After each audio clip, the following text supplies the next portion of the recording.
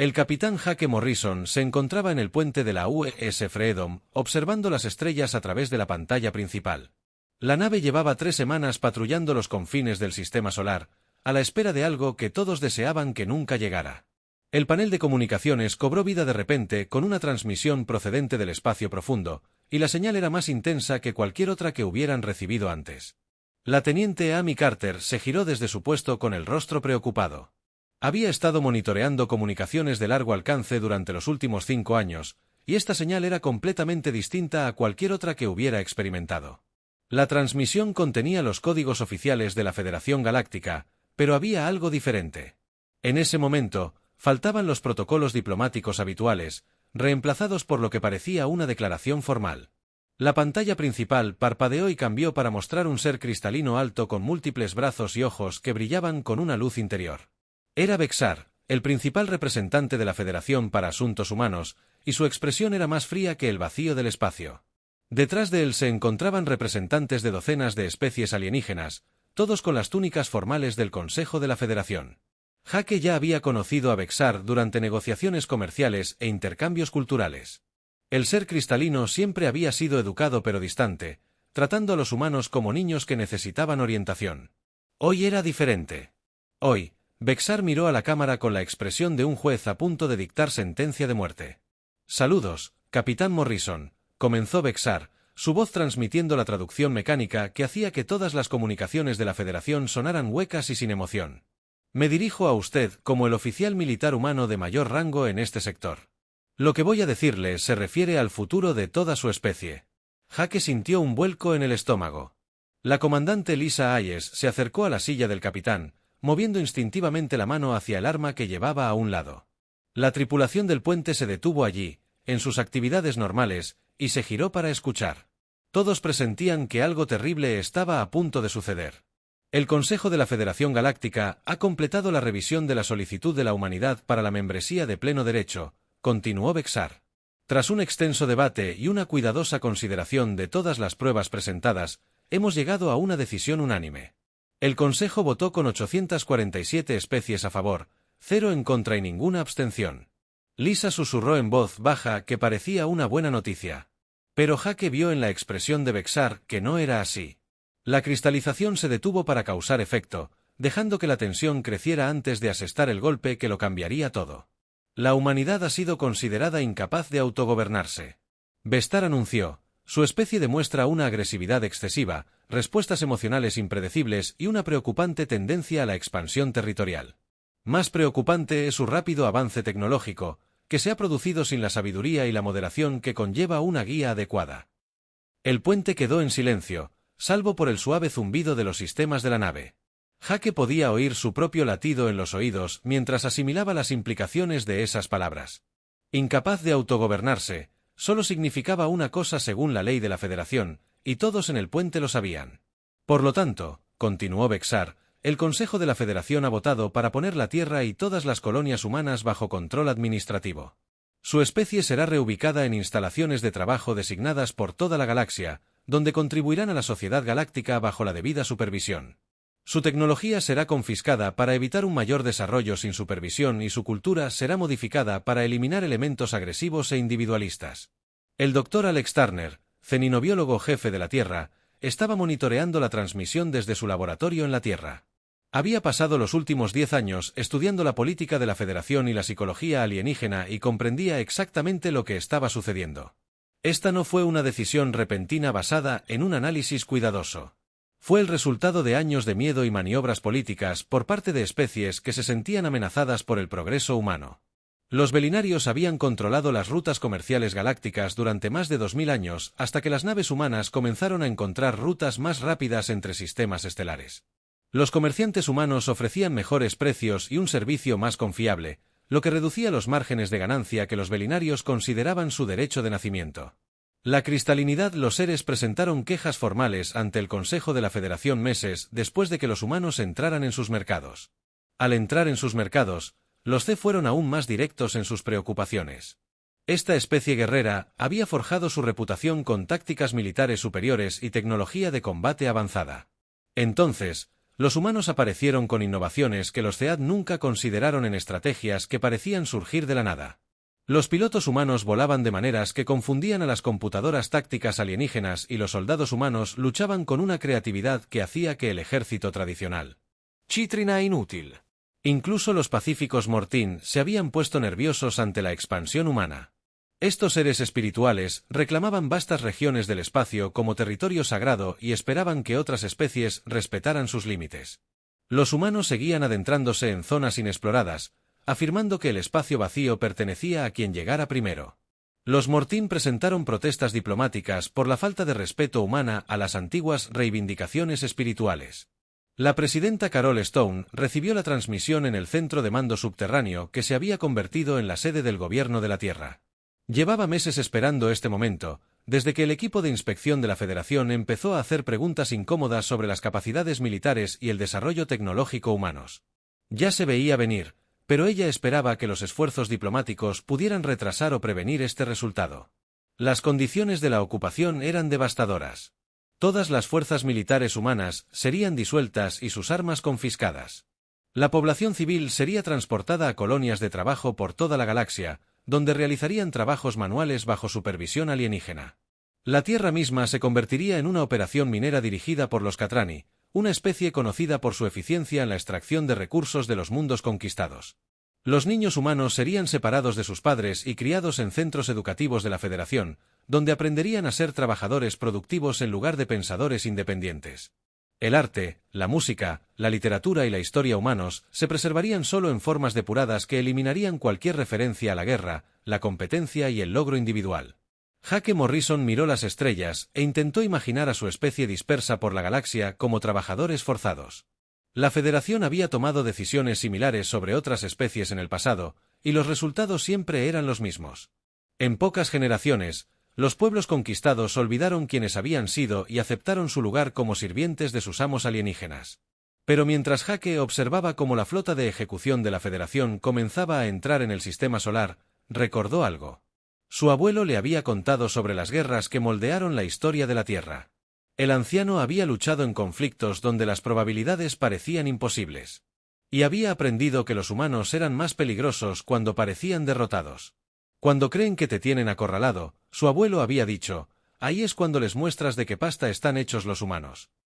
Habían pasado 6 meses desde que la flota de la Federación rodeó la Tierra, y la galaxia creía que la humanidad había sido completamente derrotada. Los supervisores catraníes presentaban sus informes cada semana, y todos contaban la misma historia de éxito. Los campos de trabajo humanos operaban a máxima eficiencia.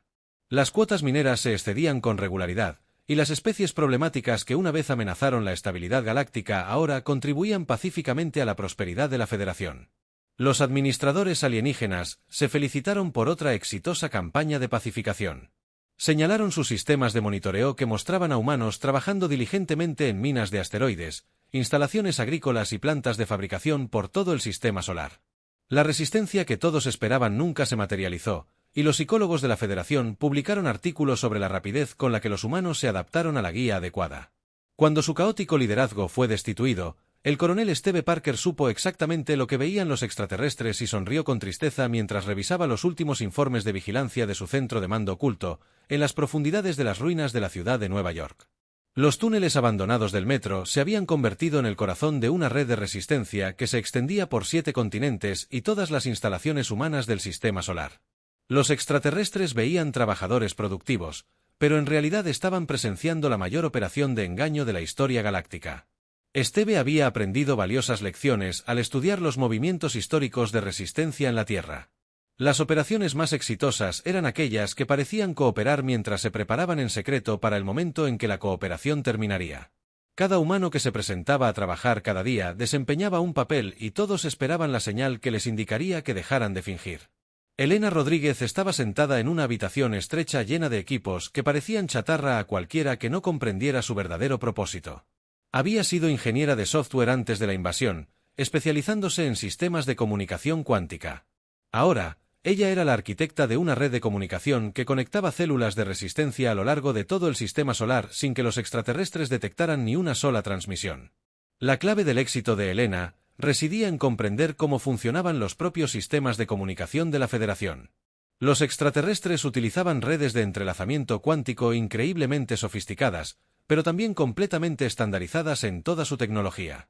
Habían construido sus sistemas para que fueran eficientes y fiables, lo que significaba que seguían patrones predecibles que podría ser explotado por alguien que comprendiera los principios subyacentes. Elena había creado dispositivos de comunicación utilizando componentes rescatados de equipos alienígenas averiados.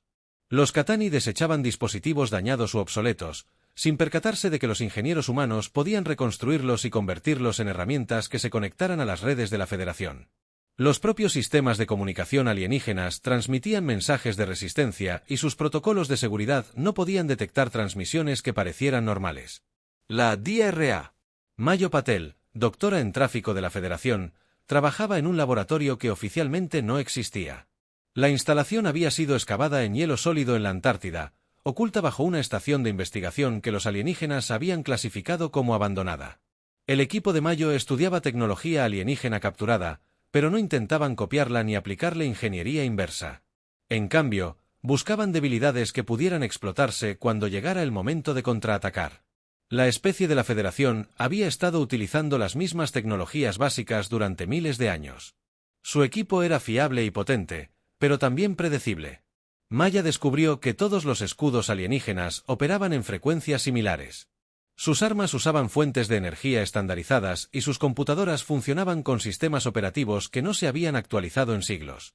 Los alienígenas habían logrado estabilidad tecnológica, pero también habían creado vulnerabilidades sistemáticas que podían ser explotadas por un enemigo que comprendiera el funcionamiento de sus sistemas. El descubrimiento más importante de Maya provino del estudio de la biología alienígena. La especie de la Federación había eliminado la mayoría de las enfermedades de sus mundos mediante tecnología médica avanzada. Esto significaba que sus sistemas inmunológicos se habían debilitado y especializado, diseñados para manejar únicamente los entornos controlados de sus planetas de origen. Los humanos, que habían evolucionado en un mundo donde la guerra biológica era constante, portaban bacterias y virus inofensivos para ellos, pero potencialmente devastadores para las poblaciones alienígenas. Danny Williams tenía 17 años y había estado pirateando sistemas informáticos desde los 12.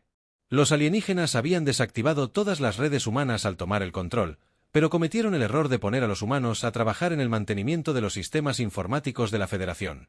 Danny y docenas de otros jóvenes hackers habían sido asignados a funciones de soporte técnico, donde pasaban sus días reparando computadoras alienígenas y aprendiendo cómo funcionaban las redes de la Federación. El gran avance se produjo cuando Danny descubrió que todas las naves de la Federación usaban la misma configuración básica de escudos. Los alienígenas habían estandarizado sus sistemas defensivos para facilitar el mantenimiento y garantizar la compatibilidad entre las tecnologías de diferentes especies. Se suponía que este estándar universal era su punto fuerte. Pero Danny se dio cuenta de que, en realidad, era su mayor debilidad. Si alguien pudiera encontrar la frecuencia correcta, podrían desactivar los escudos de todas las naves de la Federación al mismo tiempo. El comandante Rick Davis lideró la parte más peligrosa de la operación de la Resistencia. Sus equipos eran responsables de robar naves, armas y equipo de las instalaciones de la Federación en todo el sistema solar. Los alienígenas habían cometido el error de asumir que se podía confiar a los humanos el mantenimiento rutinario, sin darse cuenta de que cada misión de reparación era en realidad una operación de reconocimiento que mapeaba las defensas de la Federación e identificaba objetivos valiosos.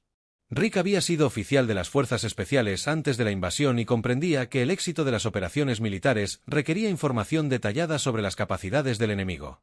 Su equipo pasó meses estudiando los procedimientos de seguridad alienígena, las rotaciones de guardias y los protocolos de respuesta. Aprendieron dónde se almacenaba el equipo más valioso, qué instalaciones tenían las defensas más débiles y cómo moverse por las instalaciones de la Federación sin activar sus sistemas de detección. El descubrimiento más sorprendente fue que los pilotos humanos eran naturalmente mejores pilotando naves extraterrestres que los propios alienígenas. Las naves de la Federación estaban diseñadas para especies con reflejos más lentos y patrones de pensamiento más predecibles. Los pilotos humanos que habían aprendido a volar en las caóticas condiciones atmosféricas de la Tierra y en los competitivos programas de entrenamiento descubrieron que podían llevar a las naves alienígenas mucho más allá de sus límites normales de rendimiento. Cuando el invierno dio paso a la primavera, el presidente Stone recibió un mensaje cifrado de Elena Rodríguez que lo cambió todo. La red de la Resistencia estaba completa, con células en cada instalación principal y enlaces de comunicación que podían coordinar operaciones simultáneas en todo el sistema solar. Se habían almacenado armas, se habían preparado naves y se había desplegado personal humano en lugares críticos de toda la Federación. Infraestructura. El mensaje era simple, pero lleno de promesas. La trampa está tendida en cada resistencia. La célula está lista. Cuando des la orden, les mostraremos lo que sucede cuando se enjaula a una especie depredadora. La galaxia estaba a punto de aprender que los humanos eran más peligrosos cuando parecían. Fueron derrotados. El señor supremo Catrani, Gradfell, revisó con satisfacción los informes trimestrales de productividad desde su centro de mando, orbitando la Tierra.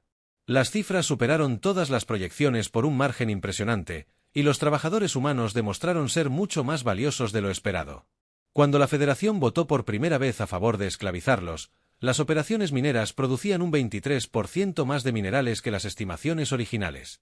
La producción agrícola alimentaba los campos de trabajo en 3 sistemas estelares y las instalaciones manufactureras producían equipos a un ritmo sin precedentes. Gradfell se preparó para transmitir la excelente noticia al Consejo de la Federación, esperando elogios por su eficiente gestión de la mano de obra humana. Las otras especies se habían preocupado de que los humanos fueran difíciles de controlar, pero 6 meses de ocupación habían demostrado que esas preocupaciones eran infundadas. Los humanos trabajaban duro, obedecían órdenes y parecían haber aceptado su nuevo rol como miembros productivos de la sociedad galáctica bajo la debida supervisión alienígena. Lo que Greg no sabía era que cada cifra de sus informes representaba un engaño cuidadosamente orquestado. Los humanos, en efecto, trabajaban más duro que nunca, pero no producían lo que los alienígenas creían. Cada mina, cada granja, cada fábrica se había convertido en parte de la mayor operación de fabricación de armas de la historia de la humanidad. Oculto a simple vista bajo la fachada de un punto de productividad supervisado por alienígenas en las instalaciones mineras de asteroides repartidas por el cinturón entre Marte y Júpiter, el capataz Tony Clark supervisaba operaciones que parecían perfectamente normales para los supervisores alienígenas. Los informes diarios mostraban un aumento en la extracción de minerales, mejores índices de eficiencia y un progreso constante hacia el cumplimiento de las cuotas de la Federación. Los inspectores Catrani que visitaron las instalaciones vieron a trabajadores humanos operando equipos de minería alienígena exactamente como habían sido entrenados. Al excavar valiosos minerales de las antiguas rocas que flotaban en la fría oscuridad entre planetas, los alienígenas vieron lo que esperaban ver, pero se perdieron lo que realmente estaba sucediendo. Los equipos de Tony estaban excavando asteroides y extrayendo minerales, pero también estaban creando algo más. Los asteroides más grandes se estaban convirtiendo en depósitos de armas ocultos. Sus núcleos se llenaban de rifles de plasma, municiones, explosivos y el equipo necesario cuando la resistencia finalmente se revelara. Los alienígenas atribuyeron el aumento de la producción de minerales a la desesperación y el miedo humanos. Sin sospechar que los humanos estaban creando arsenales por todo el sistema solar, Tony había aprendido que la clave para un engaño exitoso era darle al enemigo exactamente lo que querían creer. Los Catrani esperaban que los humanos fueran trabajadores eficientes cuando estuvieran motivados por el miedo. Así que eso fue exactamente lo que vieron. La realidad era que los humanos estaban motivados por algo mucho más poderoso que el miedo, y estaban usando esa motivación para prepararse para una guerra que los alienígenas no podían imaginar en Marte. La especialista agrícola Nancy Green gestionaba la producción de alimentos para los campos de trabajo en todo el sistema solar interior. La Federación había decidido que los humanos debían ser responsables de su propia alimentación, considerando que el trabajo agrícola estaba por debajo de la atención de las especies alienígenas superiores. Esta decisión se basó en la eficiencia más que en la amabilidad, pero le dio a Nancy justo la libertad que necesitaba para apoyar la operación de la resistencia. Los invernaderos de Nueva York producían los cultivos que mantenían a los trabajadores humanos alimentados y sanos, pero también ocultaban instalaciones de fabricación donde los humanos construían armas y equipos con materiales que los extraterrestres habían proporcionado para otros fines. La maquinaria agrícola podía convertirse en armas con modificaciones sencillas. Los fertilizantes podían transformarse en explosivos y los sistemas de riego podían ocultar las redes de comunicación. Los extraterrestres veían granjas productivas que alimentaban a su fuerza laboral. Pero en realidad, estaban ante fábricas de armas ocultas. La parte más audaz de toda la operación pertenecía al ingeniero Frank Cooper, quien supervisaba a los trabajadores humanos en los astilleros de Júpiter, donde la Federación mantenía su control de la flota.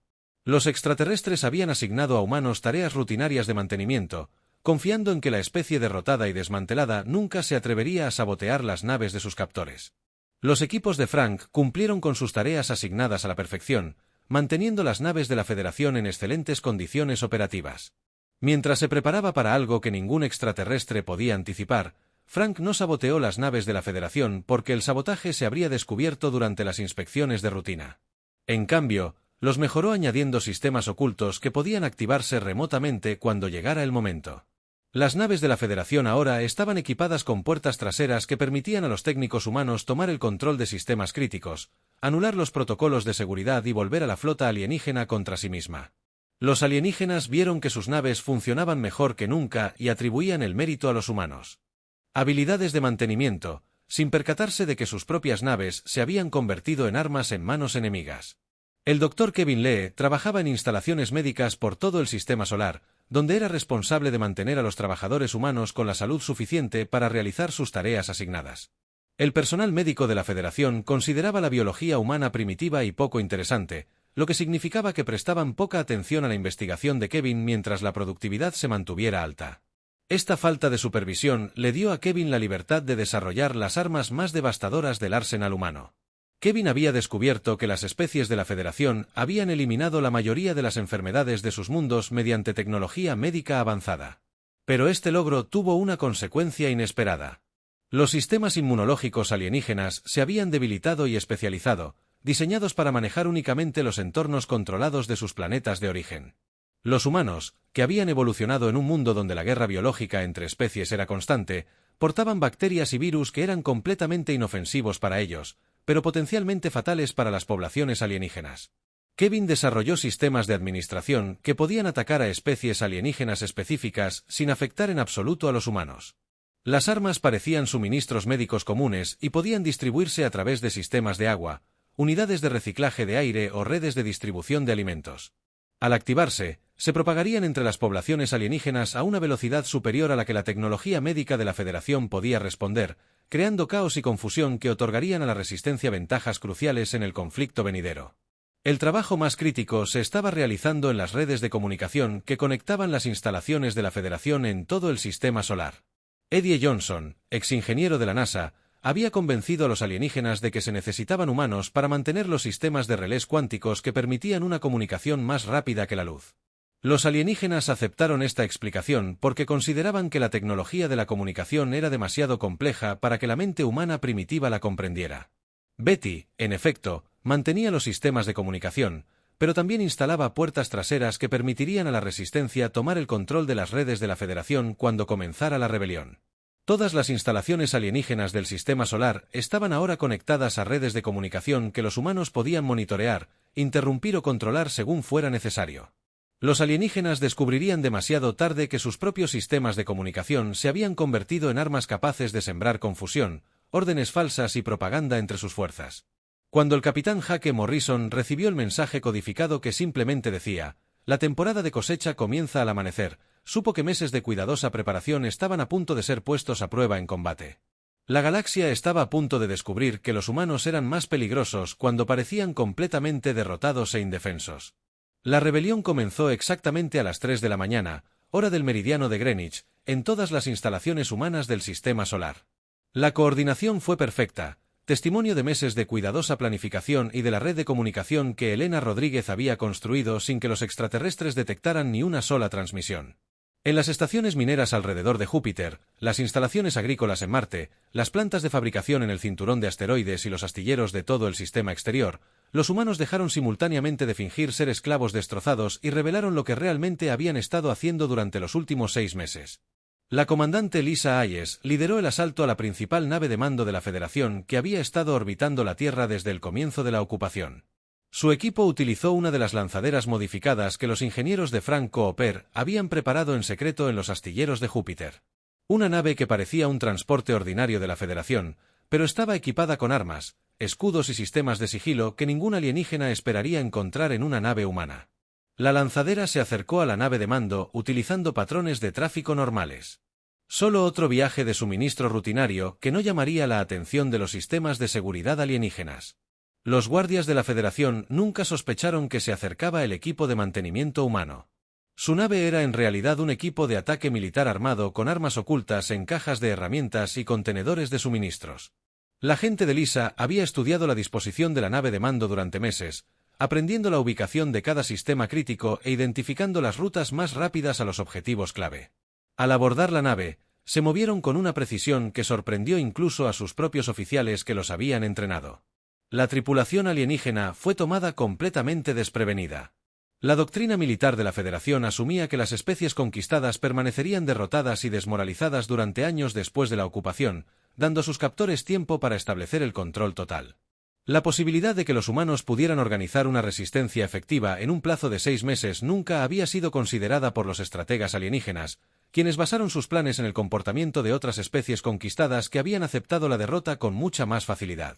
El equipo de Lisa capturó el puente en 15 minutos e inmediatamente comenzó a transmitir órdenes falsas a las fuerzas de la Federación por todo el sistema solar. Los sistemas de comunicación que Betty Johnson había modificado permitían a los humanos enviar mensajes que parecían provenir de autoridades de mando alienígenas legítimas, creando confusión y retrasos que otorgarían a otras operaciones de la resistencia ventajas cruciales. En las primeras horas de la rebelión en las estaciones mineras lunares, la gente de Tony Clark reveló las armas que habían estado ocultas en asteroides ahuecados durante meses. Los guardias Catrani se encontraron con humanos armados con rifles de plasma alienígenas modificados y explosivos improvisados que los humanos llamaban sorpresas. Estas armas habían sido construidas con equipos de minería y productos químicos industriales, convirtiendo herramientas de trabajo pacífico en instrumentos de guerra mucho más peligrosos que cualquier cosa que los alienígenas hubieran esperado que poseyeran los trabajadores esclavizados. Los guardias intentaron contactar a sus superiores para obtener instrucciones, pero sus sistemas de comunicación habían sido comprometidos por la red de sabotaje de Betty Johnson. En lugar de recibir refuerzos y apoyo táctico, recibieron órdenes contradictorias, información falsa y mensajes que enviaban fuerzas de socorro a lugares vacíos mientras las verdaderas batallas se desarrollaban en otros lugares. La confusión se extendió entre las filas alienígenas a medida que los comandantes intentaban comprender qué estaba sucediendo y porque sus redes de comunicación proporcionaban información poco fiable.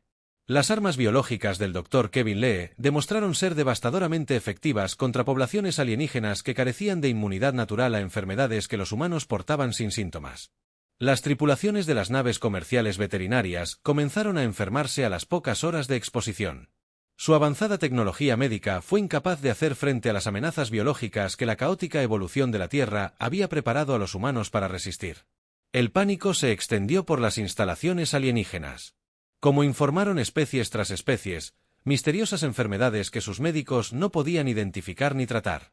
Las armas biológicas se distribuyeron a través de suministros de agua, sistemas de reciclaje de aire y redes de distribución de alimentos que los humanos habían mantenido. Durante la ocupación, los alienígenas habían confiado en sus esclavos para que se encargaran de estas funciones básicas de soporte vital, sin percatarse de que los humanos estaban utilizando ese acceso para preparar armas que atacarían la biología alienígena. Mientras que los trabajadores humanos no resultaron afectados en absoluto. Pero el golpe maestro de la rebelión provino del propio espacio. El capitán Jake Morrison lideró una flota de naves de la Federación capturadas en un patrón de ataque que ninguna computadora táctica alienígena había analizado jamás. Los pilotos humanos volaron con una imprevisibilidad derivada del entrenamiento en las caóticas condiciones atmosféricas de la Tierra y las competitivas escuelas de combate. Mediante maniobras que violaban los protocolos de vuelo estándar de la Federación y confundían los sistemas de defensa alienígenas programados con tácticas contrarias a las convencionales, la respuesta de la flota de la Federación fue rápida pero desorganizada. El almirante C. Morval ordenó el bombardeo inmediato de las posiciones rebeldes, pero sus órdenes se retrasaron y confundieron debido a la comunicación. El sabotaje que Betty Johnson había instalado en toda la red. Las órdenes que llegaban tarde contradecían instrucciones previas o dirigían ataques contra ubicaciones vacías mientras las amenazas reales no se enfrentaban. Elena Rodríguez activó los sistemas ocultos que los equipos de Frank Cooper habían instalado en las naves de la Federación durante las operaciones de mantenimiento rutinario. De repente, las naves alienígenas descubrieron que sus propias armas se volvían contra naves hermanas, sus sistemas de navegación proporcionaban coordenadas falsas y sus escudos operaban en frecuencias aleatorias que imposibilitaban la defensa coordinada. La flota de la Federación comenzó a atacarse a sí misma mientras los sistemas controlados por humanos convertían las ventajas tecnológicas alienígenas en debilidades devastadoras. La batalla se prolongó durante 18 horas mientras las fuerzas humanas atacaban objetivos en todo el sistema solar con una sincronización y coordinación que asombraron incluso a sus propios comandantes. Las estaciones mineras se convirtieron en plataformas de armas. Las instalaciones agrícolas revelaron capacidades de fabricación ocultas, y los equipos de mantenimiento se transformaron en unidades militares que capturaban naves y equipos alienígenas con una eficiencia que ninguna especie conquistada había logrado jamás. Cuando el humo se disipó y la lucha inmediata terminó, la humanidad había logrado algo que los analistas militares de la Federación habían considerado imposible. Las fuerzas humanas habían capturado o destruido el 60% de la flota de cumplimiento que parecía tan abrumadora tan solo un día antes. Los supervivientes huyeron más allá del cinturón de asteroides, emitiendo desesperadas llamadas de refuerzo mientras intentaban comprender cómo su superioridad tecnológica se había vuelto tan completamente en su contra. El mensaje de la presidenta Stone a la galaxia se transmitió por todos los canales de comunicación de la Federación, utilizando las redes que los humanos ahora controlaban, para dirigirse a las poblaciones alienígenas de los sistemas estelares locales. Sus palabras eran simples, pero tenían implicaciones que cambiarían el equilibrio de poder entre los especímenes. Que se creían seguras gracias a su superioridad tecnológica. Querían esclavizarnos porque temían nuestro potencial, dijo Stone, mirando directamente a las cámaras que transmitían su imagen a miles de millones de espectadores alienígenas. Ahora aprenderán lo que sucede cuando transforman a los humanos de exploradores en enemigos. La era de la tiranía de la Federación termina hoy. La noticia de la rebelión de la Tierra conmocionó a toda la galaxia, llegando a todos los mundos importantes a los pocos días del levantamiento inicial. Por primera vez en 3000 años de historia de la Federación, una especie conquistada resistió con éxito la autoridad alienígena y destruyó una parte significativa de la flota de control. Se convocaron sesiones de emergencia del Consejo en cientos de mundos mientras los gobiernos alienígenas luchaban por comprender algo que sus politólogos habían declarado imposible basándose en miles de años de exitosas operaciones de conquista. La respuesta de la Federación fue predecible y masiva. Reunieron la flota militar más grande de la historia galáctica, reuniendo naves y personal de más de 200 especies diferentes para crear una armada que eclipsaba cualquier cosa jamás vista en la galaxia. Más de 10,000 naves de guerra convergieron en el sistema solar. Equipados con armas capaces de destruir planetas y escudos capaces de resistir la potencia de fuego combinada de sistemas estelares enteros, los comandantes alienígenas confiaban en que esta abrumadora demostración, una fuerza que aplastaría la rebelión humana en cuestión de días y serviría de ejemplo para prevenir futuros levantamientos entre otras especies sometidas. Habían estudiado los informes de la batalla inicial y concluido que el éxito humano se había debido a la sorpresa y el engaño, más que a una verdadera capacidad militar. Esta vez estarían preparados para las artimañas humanas y demostrarían la inutilidad de resistirse a la autoridad de la Federación. Llegaron al límite del sistema solar, esperando encontrar un enemigo desesperado escondido tras las débiles defensas de un solo mundo. En cambio, descubrieron que el sistema solar terrestre se había transformado en la fortaleza más fuertemente defendida de la historia galáctica conocida. Cada asteroide, luna y estación espacial se había convertido en una plataforma de armas capaz de operar de forma independiente, y la red defensiva se extendía desde la órbita de Mercurio hasta las lunas heladas de Neptuno. El coronel Steve Parker había pasado los 3 meses transcurridos desde la rebelión preparándose precisamente para este momento. Sus equipos habían convertido el sistema solar en un laberinto de posiciones defensivas que aprovechaban cada escombro, cada campo gravitacional y cada peligro ambiental que el espacio podía ofrecer. La flota de la Federación que se aproximaba se encontraba entrando en un campo de batalla tridimensional donde las amenazas podían surgir de cualquier dirección y donde las tácticas tradicionales diseñadas para el combate nave a nave eran completamente inadecuadas. Los comandantes de la Federación intentaron usar su ventaja numérica para superar las defensas humanas mediante la potencia de fuego, pero descubrieron que los humanos habían aprendido a concebir la guerra de una forma que las especies terrestres no podían igualar. La DRA. Maya Patel había pasado meses estudiando física de velocidad superior a la luz, no para construir mejores naves, sino para crear armas que pudieran aparecer en cualquier parte de un sistema estelar sin previo aviso ni tiempo de preparación. Los misiles FTL de Maya se materializaban dentro de las formaciones de la Federación, sorteando escudos y blindajes para atacar sistemas vitales antes de desaparecer en el hiperespacio. La superioridad numérica de la flota alienígena se volvió insignificante cuando sus naves podían ser destruidas desde ángulos imposibles con armas que violaban todos los principios del combate espacial convencional. Las computadoras tácticas de la Federación no tenían forma de calcular la defensa contra amenazas que ignoraban las reglas normales de la física y la geometría. El asedio duró 6 meses y cada día traía nuevas demostraciones de la adaptabilidad humana que confundían y aterrorizaban a los líderes militares alienígenas que habían basado sus carreras en la superioridad tecnológica. El comandante Rick Davis lideró ataques relámpago que afectaron las líneas de suministro de la Federación en los sistemas estelares cercanos. Utilizando naves alienígenas capturadas para atacar objetivos que deberían haber estado completamente a salvo de las fuerzas humanas, naves humanas aparecieron en lugares donde ninguna nave debería haber podido sobrevivir. Usando ondas gravitacionales alrededor de estrellas y gigantes gaseosos para alcanzar velocidades y trayectorias que las computadoras de navegación alienígenas declaraban imposibles. Los pilotos de Rick volaron a través de campos de asteroides, erupciones solares y tormentas de radiación que habrían destruido cualquier nave espacial normal, aprovechando los peligros que los capitanes alienígenas habían sido entrenados para evitar a toda costa. El punto de inflexión llegó cuando la humanidad reveló su arma definitiva, que no era un dispositivo ni una tecnología, sino una filosofía que la Federación jamás había conocido. Las comunicaciones alienígenas interceptadas mostraron que las especies miembros de toda la galaxia comenzaban a cuestionar la guerra y a preguntarse si el costo en naves y vidas estaba justificado. Con el objetivo de mantenerlos. Una especie problemática esclavizada, los Mortín, fue la primera en retirar sus naves, declarando que la guerra violaba sus creencias espirituales sobre la santidad de la vida y el derecho de todas las especies a determinar su propio destino. Los Catani siguieron su ejemplo cuando las armas biológicas de Kevin Lee, transportadas por veteranos que regresaban y que habían estado expuestos durante el asedio, comenzaron a afectar su mundo natal. Una a una, la Gran Alianza comenzó a desmoronarse a medida que cada especie se daba cuenta de que pagaba un precio demasiado alto por esclavizar a una especie que se negaba a seguir esclavizada. El almirante de flota Bexar, el ser cristalino que había dado el ultimátum original 6 meses antes, se encontraba al mando de las últimas naves de la Federación mientras los antiguos aliados se retiraban a sus sistemas de origen. Su flota se había reducido de 10.000 naves a menos de 300, y las naves restantes operaban con tripulaciones mínimas de especies que aún no habían abandonado el esfuerzo bélico. Se recibió la última transmisión del capitán Jake Morrison. Bexar cruzó el vacío del espacio mientras las últimas naves de la Federación se preparaban para retirarse más allá de los planetas exteriores. Las palabras humanas conllevaban implicaciones que cambiarían la política galáctica para las generaciones venideras. Bexar comprendió que estaba presenciando el fin de una era que había durado miles de años. Cometió un error crítico, almirante, dijo Jake, mientras su imagen aparecía en las pantallas de la flota restante de la Federación. Pensó que esclavizarnos nos haría débiles y sumisos como las demás especies que conquistó.